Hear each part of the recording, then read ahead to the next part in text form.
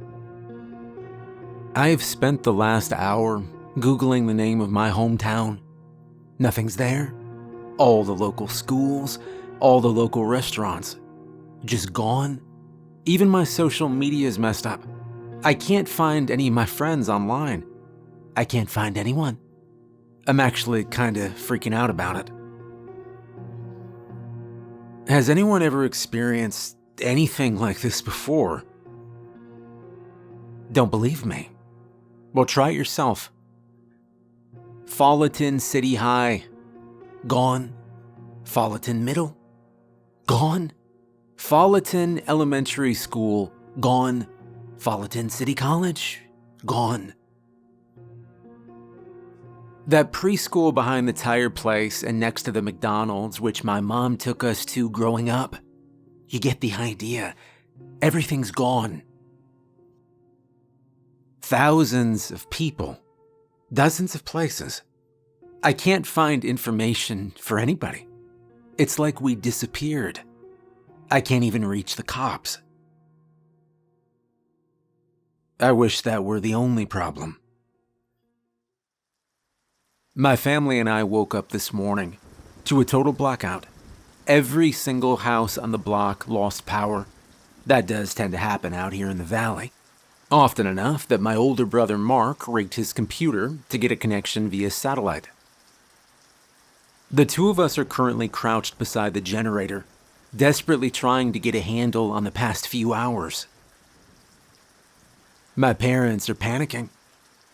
They won't say why, but we have our suspicions. I saw something in the woods last night. Right before the power went out, when it was still dark outside, Mark woke me up and pulled me over to his bedroom window. He pointed frantically into the trees behind our house. It was raining. The mist made it difficult for my eyes to adjust. But after a moment, something big, and we only agree on something big, darted towards the neighbor's back porch. A thick branch fell in its wake. And then somebody screamed. My parents rushed into the room right at that moment. I guess they heard the commotion and freaked. Mom told us to get away from the window. I gave in right away, because my parents can be scary when we don't listen. But Mark lingered there a little while longer. I didn't see what he saw. Mark whispered that he saw somebody running. He said it looked like they were running away from something. My father turned off the lights. I found that odd and pushed my brother aside. He looked out the window in silence. Finally, after what felt like an eternity, he concluded nothing was there, just wind in the trees. Then the power went out. My parents have been acting very weird ever since. During the day, my mom tried to keep us in the kitchen. She made breakfast, lunch, and dinner over the fireplace. She even broke out a board game in the afternoon and we played for a couple hours. She kept asking about schoolwork, or football, or baseball, or anything but the odd situation we were in. We tried to change the subject. Tried to ask her what was happening outside, but it was no use. She ignored our questions. My father, well, he had a wild look in his eyes. Mark and I can't recall anything like it. He kept rushing to check the window every few minutes. Then he would sit down to check his cell phone. Then back to the window. Then back to his phone. Like clockwork. Each rotation left him more agitated than the last. The cable didn't work. The internet had been spotty. There was really nothing to do but read a book or play a game. Mark asked me to go for a walk before dinner. I thought Mom might pop the temple out of her forehead. "Nobody goes outside," she snapped. "There could be live wires on the ground." Mark snorted at that. "Watch your attitude," she barked, "and keep the windows closed." I asked why, and she just stared at me, with these deadly, fearful eyes that made me very uncomfortable. She looked like she wanted to tell me something, but my father answered instead. I didn't even realize he was listening. "Nobody goes outside," he said. I returned to my book without argument. I found one of Mom's old Stephen King collections and stumbled onto a story about rats in a basement bigger than a man. Time moved a little faster while I read. The walls of my house started to evaporate. It didn't take long for my imagination to disappear down the stairwell in the story, plunging further into the darkness with each step. Listening to untold things move around me perilously through the blackness. Somebody knocked on the door around 10 p.m. After an entire day of endless boredom, I thought this might be my salvation. Thank God. Maybe a maintenance worker, maybe a neighbor, maybe my friend from down the block finally convinced his mother to traverse the minefield of imaginary live wire. I got up from my chair to answer the door. My father sprinted across the room to block me. I don't think I'd ever seen him run before. He put his hand over my mouth. I tried to protest. He squeezed my arm. He didn't look angry. He looked scared. His eyes were on fire. It grew quiet outside, like someone was listening. One finger over his lips told me to shut up. I looked over to my mom and saw her doing the same thing to my brother.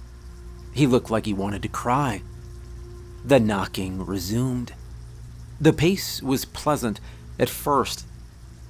Your typical formal but friendly rat-tat-tap. Then a pause. A knock. I was confused. Why were they scared? Why would a burglar knock? I thought that this could be somebody who could tell us what was going on, and it annoyed me that my parents were paranoid. So I got the idea to try saying something anyway. Not my best thought. I started to speak, and my father grabbed me by the throat and pushed me against the wall. His sweaty palm slipped against my mouth. He raised one finger to his lips and held it there. The knocking continued.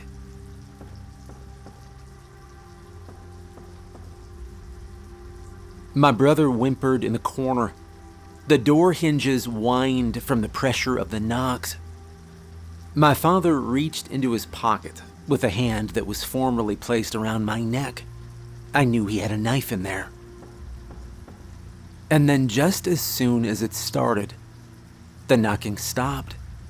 The house got quiet again. My father let go of me. It's been hours since the knocker left. My parents still won't talk to us. My mom's sleeping on the couch. My dad is sitting in front of the door with a gun across his lap. Can someone please tell us what's happening in Falleton City? I still can't find anything online. We are available through message and comment as long as our connection holds. I don't think I'll sleep much tonight. It's too quiet.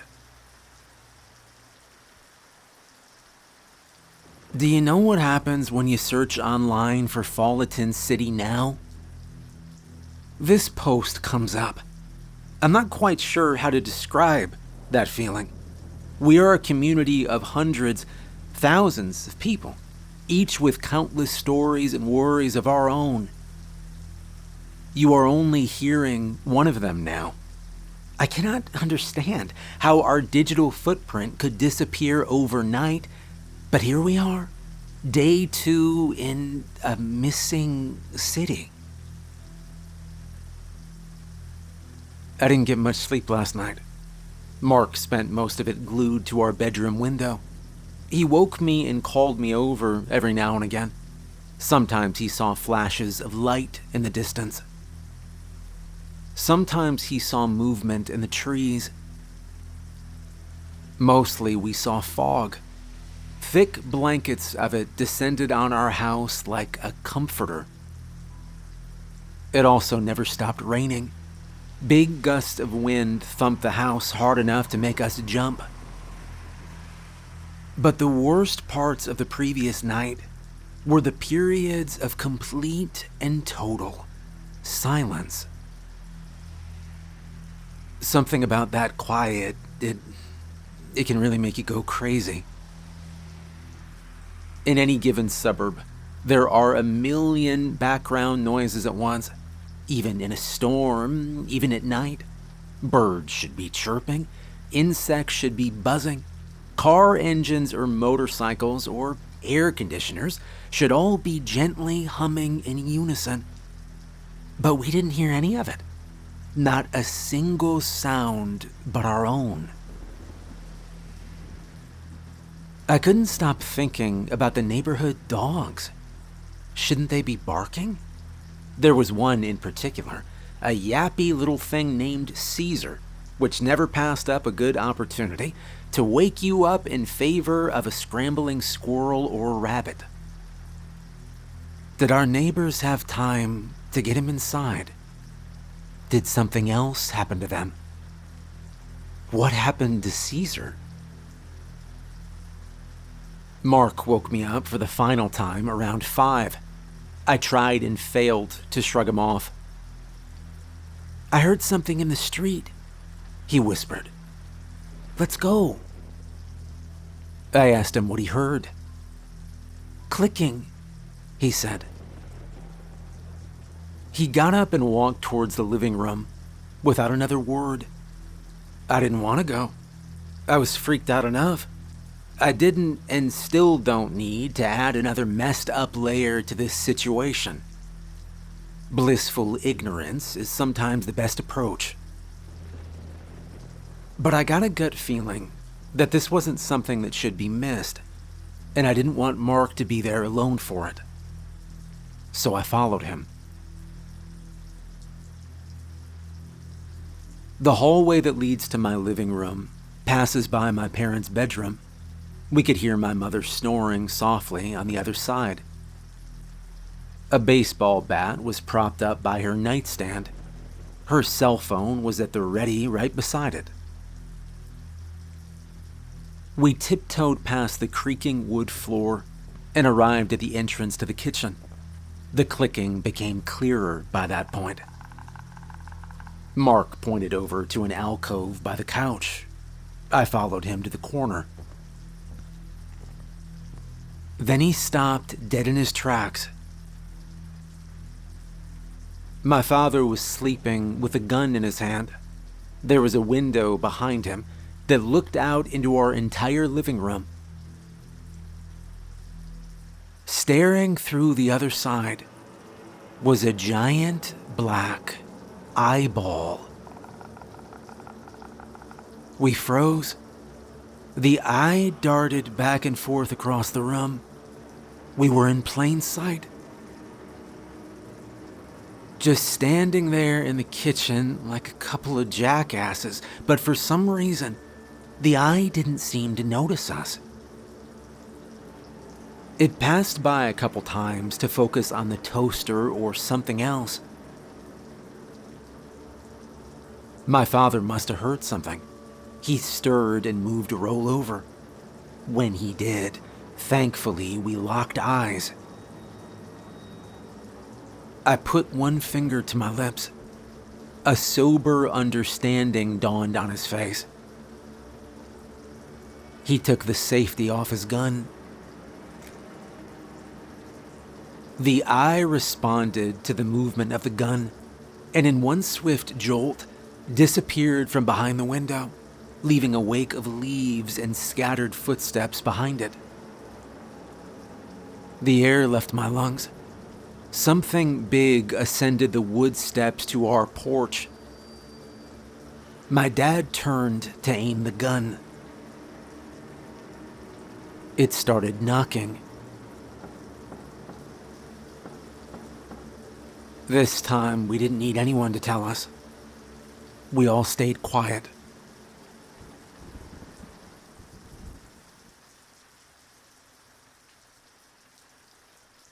We sat in silence for the better part of the early morning. My mother awoke some hours later and got prepared to make breakfast, and only then did it feel safe enough to move around the house. Nobody told her what happened. I didn't think we needed to. My father certainly wasn't going to. I got the feeling from the look on his face that he would prefer not to talk at all for as long as he could. Mark returned to his spot by the window. Dad disappeared downstairs to get another box of ammo for his gun. I helped Mom cook over the fire, and we all went about our tasks in complete and total silence. No one tried to make fake conversation anymore. There wasn't any point in arguing about what was out there.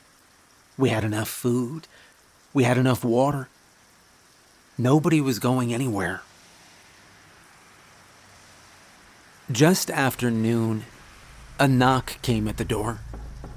Each of us instantly stopped what we were doing.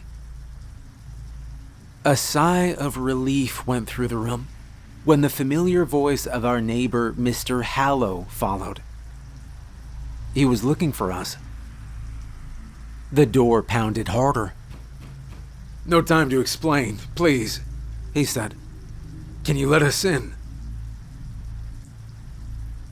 My father walked in and stood awkwardly between my mother and the door. I could tell that he would prefer to ignore it, but she would never let him live it down. The true married man's dilemma. "Please, folks, if you're in there, open up. We don't have a lot of time," he said. Mark shook his head. "Please," he begged. "Jean is hurt." My mom bit her nails. Dad gave in and reluctantly looked through the peephole. Satisfied with his view of the other side, he slid the pistol into his back pocket, unlatched the lock, and opened the door. "Thank you," he said. Now, Mr. Hallow is a big burly guy. He took my father into his arms and slapped his back so hard the sound echoed down the hall. He moved over to chase my mother down for a kiss on the cheek as his wife and daughter trailed meekly behind. Thank you. We didn't know if we'd see anyone else." My dad nodded awkwardly. My mom stepped up and hugged Mrs. Hallow tight. A quiet, pitiful moan escaped her lips as she did. The two of them were usually thick as thieves. My neighbor was a nice lady, the type that usually never shuts up, but now she couldn't get a word out. A thin line of blood trickled behind her foot. It didn't take long to notice the source. Her slacks were cut from the ankle to the knee. My dad slammed the door. "Come on, Jeannie," my mother said. "Let's get you cleaned up." The two of them walked hand in hand to the kitchen. Mr. Hallow sat down on our couch and wiped the sweat from his forehead and t-shirt. His daughter Alice perched herself neatly on the arm beside him. "Like I said, it's lucky we found somebody," he said. My father nodded again. "Did you see it?" Mark asked. "Whatever's out there, I mean." Mr. Hallow stared back at him. He took a second before he spoke, like he wanted to pick his words, which didn't quite fit a guy like him. "One of them got in the house," he said. "An open window downstairs. We trapped it in the basement." My father held up his hand. "Didn't feel safe staying there, though," Mr. Hallow continued. My father interrupted. "Enough," he whispered. "Take a break, Mike. Let's talk." Mr. Hallow nodded in bewilderment. He got up and shuffled after my father towards the dining room, leaving Mark and I with Alice. Alice Hallow is around my age. She's short, with dark hair and dark eyes. She has this awkwardly adorable round head that she covers up with a bow or pin or some other new accessory every other day.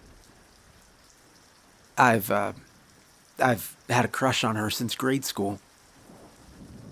I know that's probably not relevant, but I just want to point out what may later become obvious. Mark elbowed me in the ribs. I ignored it. "So, did you see anything?" I asked. "Like, did you see anybody out there?" She paused and then shook her head. "Well, what does it look like outside?" Mark asked. "Normal. Quiet," she answered. "And you really didn't see anything?" I asked again. "When it started, I mean." She looked at me and shook her head, paused, then relented. "We were all inside sleeping, like you probably were. It was late," she started. "Or early, I don't know. My dad was upstairs. I was upstairs. My mom doesn't sleep much, so she was doing some laundry in the basement," she continued. I don't know what woke me up first. Her screaming, or the power going out. They both seemed to happen at the same time. My dad started shouting her name, Jeannie, Jeannie, and my mom was just wailing from the basement. We both got to the kitchen and we could see her running up the steps. She was screaming at my dad, "Close the door, close the door." But my dad couldn't stop looking at whatever was behind her. "He just froze," she said. "Right," Mark whispered. "I can't blame him." So I reach out and slam the door, and just as my mom makes it through, something wedges itself in the doorway, she continued. "Holy shit, what was it?" I asked. "I don't know, I don't know. Something thick and sharp, like a claw, I guess. It was wet, too. It left a stain. Anyway, I couldn't get the door shut because of it. I was panicking. I kicked my dad in the shin and he threw his body weight against the frame. The lock finally clicked and we heard whatever it was fall down the stairs on the other side." She paused. "It didn't come up again," she said. My father reemerged from the dining room some moments after. Mr. Hallow trailed behind. "All right, who's ready to eat?" he asked. We ate our fire-cooked meal in relative silence. All four parents made it abundantly clear through menacing stares that the topic of the shit show outside would not be discussed with children present. Mark again asked if he could go for a walk. Nobody even dignified him with a response. After our dishes were done and disposed of, we retreated into various alcoves of our suddenly cramped 3-bedroom. Mark and I went back to our room. Alice set up shop in the office with her mom. My mother retired to bed early, and both dads stood guard in the living room. The house grew quiet again. The wind and rain finally seemed to slow down. My Stephen King story kept me company. I couldn't help but empathize with the main character. Somewhere in between tales of rats in armor, bat rats, and albino rats who never saw the sun, sleep came easily. And I was comfortable under the familiar warm sheets. I woke up to a rude shaking. Alice was standing over me. She didn't say anything. I guess she didn't have to. Mark and I rubbed the last remaining ounce of sleep out of our eyes and followed her wordlessly into the office. 2 cots were set up in the room. One looked disheveled. The other was still made. Alice pointed to the open window. Her mother was gone. My hometown is dying, and I don't want to die with it. I know it sounds ridiculous to be lamenting on an internet forum while the world is melting around me. At the moment, it definitely feels ridiculous. But you have to understand, if we don't survive, which we almost certainly won't, this story will be my town's last living record. That's important to me. That's important to them. I have to let someone know what happened here, even if it's only you. The truth is obvious now. We're being exterminated. This town and its people are being erased. Fullerton City is all but wiped from the collective subconscious already. All that's remaining are the survivors, the creatures, and this story. I'll keep it going as long as they let me. I don't know why this is happening. I don't really care. Not anymore. I just want to get out of here. This will be the last post from inside my childhood home, the only home I've ever known. My brother and I have decided that we won't die here. Mark packed a couple essentials in our school backpack. The only thing that's remaining is this laptop and a frank conversation with my parents. I know they're scared. We're all scared. But we have to do something. Mrs. Hallow didn't come back last night. Alice only stopped crying long enough to tell the adults what she knew, which wasn't much. She fell asleep sometime around midnight. Her mother was in the room at the time. She was acting strange, you know, she said.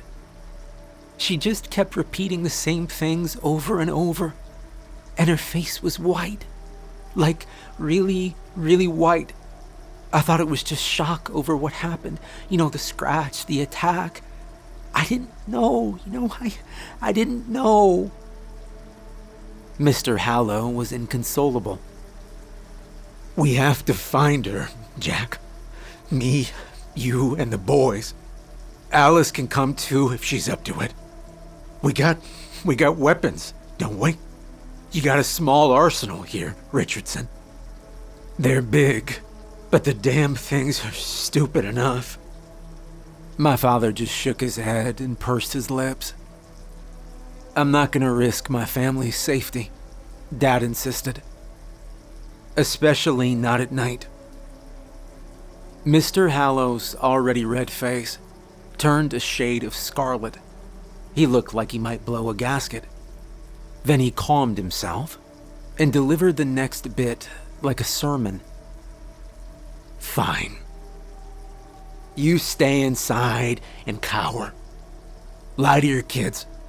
Keep them underneath the covers long enough, and maybe they won't think there's monsters outside, huh? You raise your family how you want, asshole, but don't you dare tell me how to take care of mine. Mark looked down at his feet. I avoided my father's glance. Alice, come on, we're going, Mr. Hallow said. Get what you got. We're not staying, Mr. Hallow finished. You're not convincing me to abandon my wife out there. You know me better than that, Jack. My father reached out and handed him a gun. We have extra, he said. You'll need it more. Mr. Hallow nodded awkwardly. He took the pistol and stuffed it into an oversized coat pocket before turning and heading for the door. My mom met him there with some bread and other things stuffed into a plastic bag. There wasn't much, but I think she felt like she had to do something, and she looked like she wanted to say more. But she didn't. Alice reached out and gave me a warm hug. She held on longer than expected. Right around that time, I really wished she would stay. Not just because of my feelings for her, but because I think we all knew what would happen next. It all just happened so fast. Thank you for the hospitality, she said. Mr. Hallow shook each of our hands one last time. My father opened the door for him. Without another word, the pair descended the front porch into a thick evening fog. Alice turned back to wave. She turned around, and they were gone. My father shut the door. Dad shuffled back to the couch and collapsed. Mom waited at the door, like they might change their minds. Mark perched at the window. He looked over and shook his head at me. Just as an all-too-familiar clicking echoed down the block, I could feel my body instinctively tensing. I had no true preparation for what came next. The sound started quietly before it seemed to fill the air. Soon, it was as if 1,000 crickets suddenly invaded Folleton and all decided to chirp at the same time. The ringing, awful cacophony of it was deafening. Somebody outside screamed. I couldn't tell if it was a man or a woman. The chirping erupted even louder and seemed to devour their voice. My father held his head in his hands. He motioned for us to block our ears. My mother started to cry. Underneath the clicking, underneath the screams, one word became clearer as it repeated over and over again. Jeanine, the man screamed. The gun went off soon after. One shot at first, then 2, 3, 4 in quick succession. Somebody else started screaming, and I knew that had to be Alice. The pain behind that scream made my stomach turn. The gun went off one more time. The clicking dissipated. The scream stopped. And then it was quiet again. My father got up and quietly led my brother away from the window. Mom fell to a heap in front of the couch. I could feel the tears forming in the corner of my eyes, and I tried to fight them back. You knew that would happen, I told my dad. Why did you let her go? He stared back at me. Heavy footsteps echoed on the porch.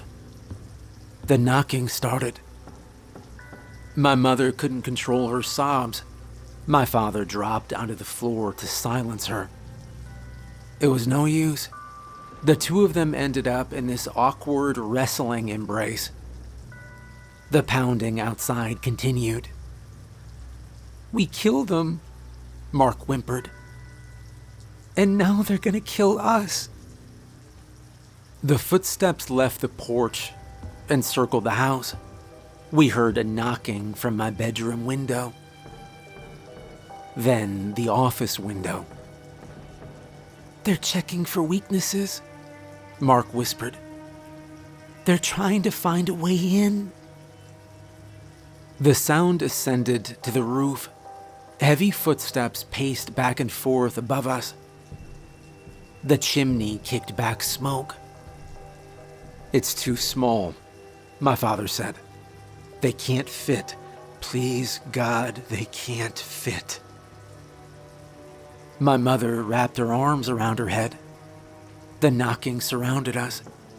There had to be a dozen of them, all checking various points of entry, all clicking their disturbingly loud song in unison. Staying quiet would be no use now.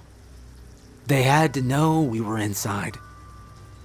Mark gestured for me to look through the peephole.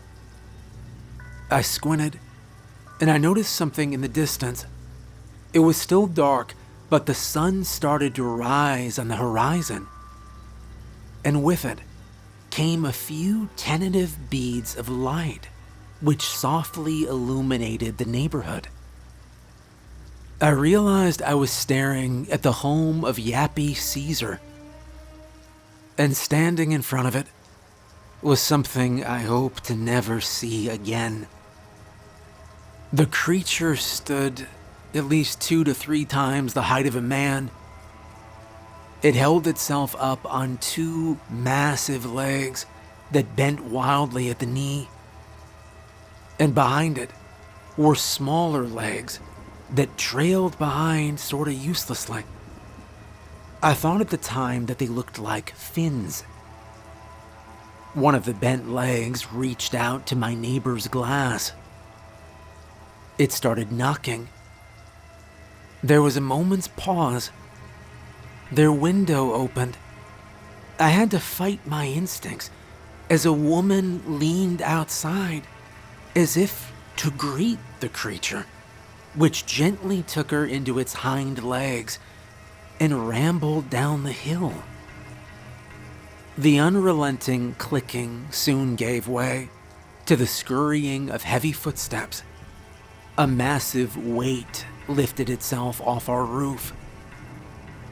The sun came up. We were alone again. "We have to leave today. We can't take no for an answer. We have no choice. These things, they know we're here. They will get inside tonight. If I don't make it, you know what happened. But please wish me luck. I feel better knowing that some trace of my town will live on in this forum."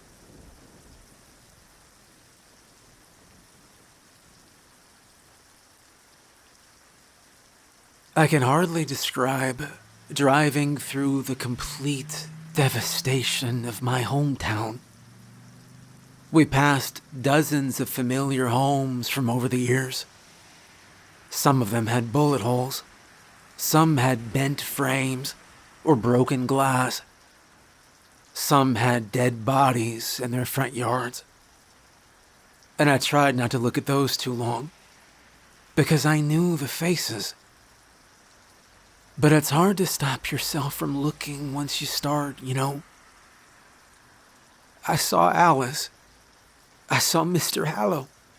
I saw neighbors. I saw friends. Some of them died running. Some died fighting. But they all seemed to end up the same way. In scattered bits and pieces. Cast like trash. Almost decorating their own immaculately made front lawns. My father drove the car. Only one road led us out of town, but it passed through a few hiccups along the way.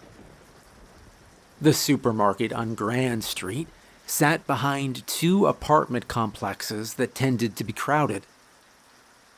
The gas station on Main would allow us to fill up, but they didn't call it Main for nothing, and more people would almost certainly lead to more problems.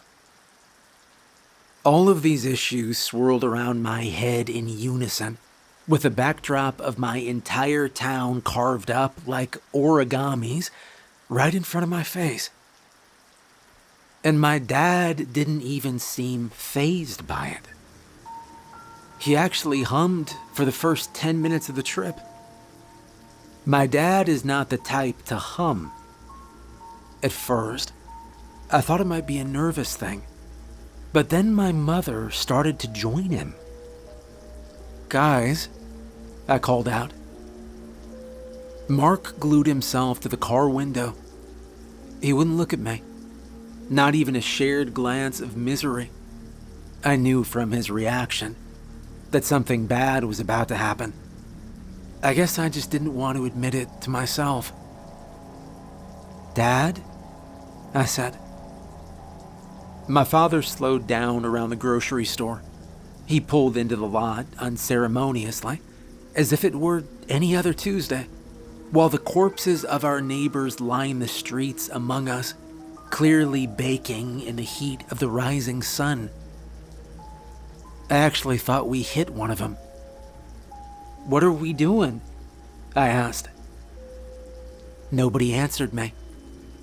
"Hello?" I tried again. My father parked the car. He leaned over to give my mom a peck on the forehead. She nodded and smiled back. After a moment of silence, he gingerly unclipped the seatbelt and moved to get out. Nobody bothered to stop him. "Dad," I said. "Wait, are you serious? You can't go out there." He smiled at me one last time. Looking back, I like to think there was still some part of my dad in that smile. He looked like a weight had just been lifted from his shoulders. Like he got us this far. Like his job was done. I didn't understand it then. I do now. I only saw the scratch when he got up. Right above the belt, hip to hip. His shirt had always been tucked. My mother took a deep breath. "Mom," I begged. "Mom, no, please." She looked back at me and took my hand.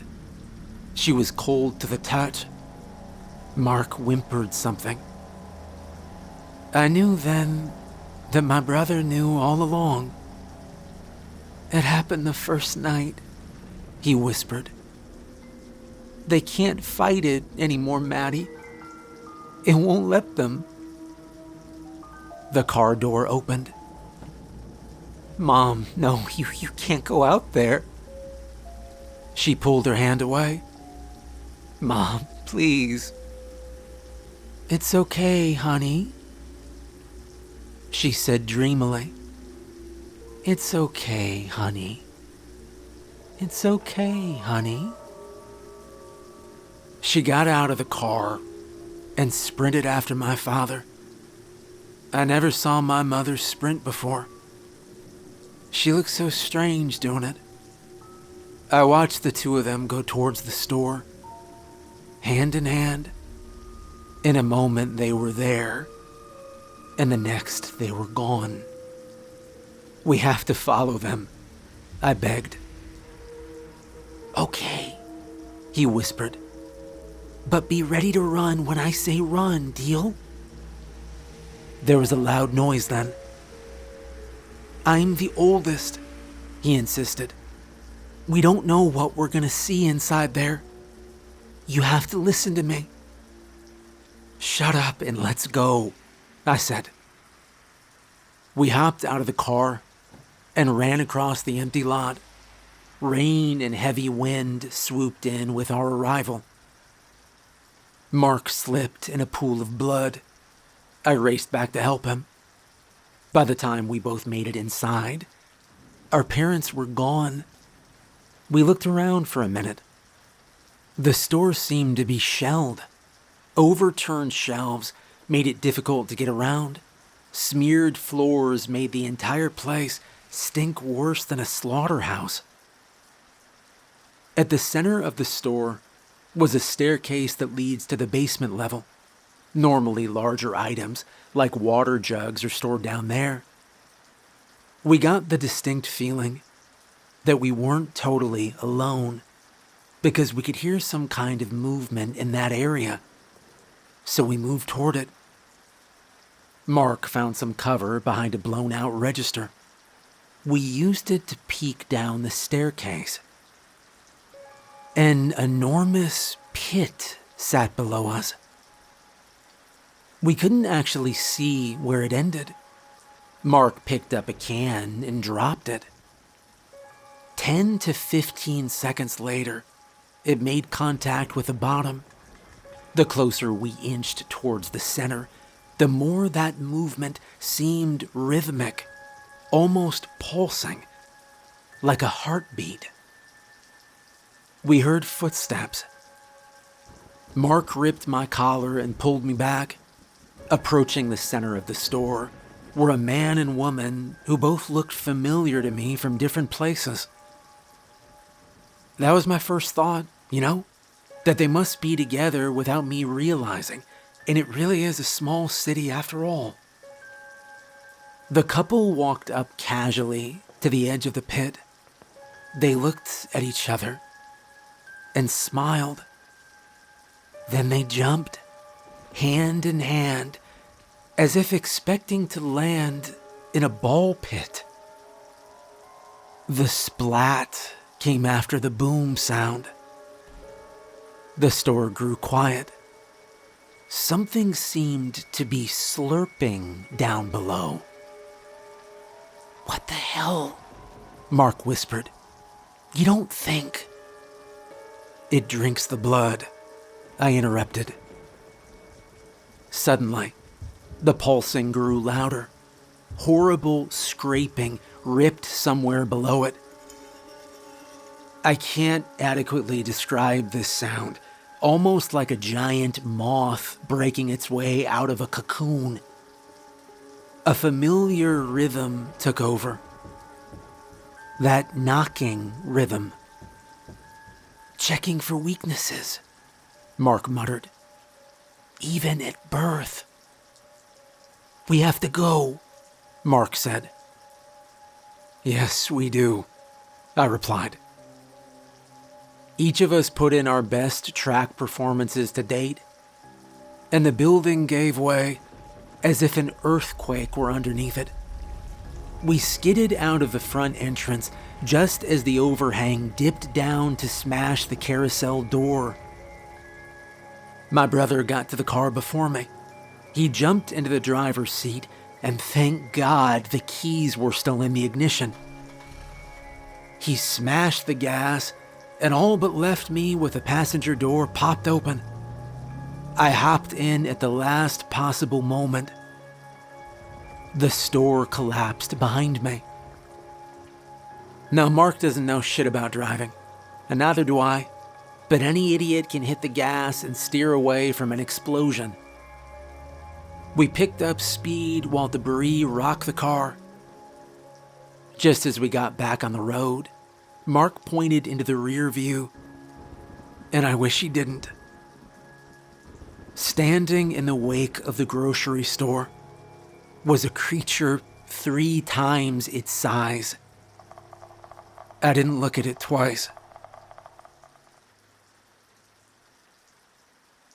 We managed to drive to the gas station before nightfall. We found it pretty much untouched. I don't think anybody else made it that far. We took the mountain road into the next town, and we drove past sundown. We're safe and sound now, in a place called White Valley. The people here are friendly, but none of them, including the sheriff, can tell me a damn thing about Folleton or what happened to it the past few days. Go figure.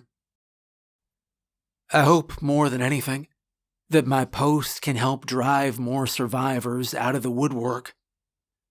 Please, please message me if you or someone you know lived through the attack on Folleton City. I can't overstress the importance of that. We can't let our town just be forgotten. One day we will go back. I don't care if it's just Mark and me. I know we can find the entrance the same way we found the exit. We don't expect to find anyone alive. That's just hope that's not worth having. But we all have a right to know what's living there instead. Signing off for now. Matt.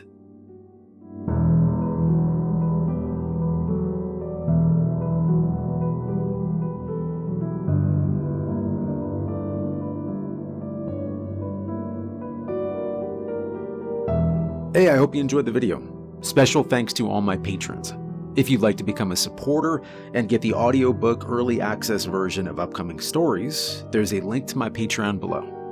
Thanks for watching, and have a good night.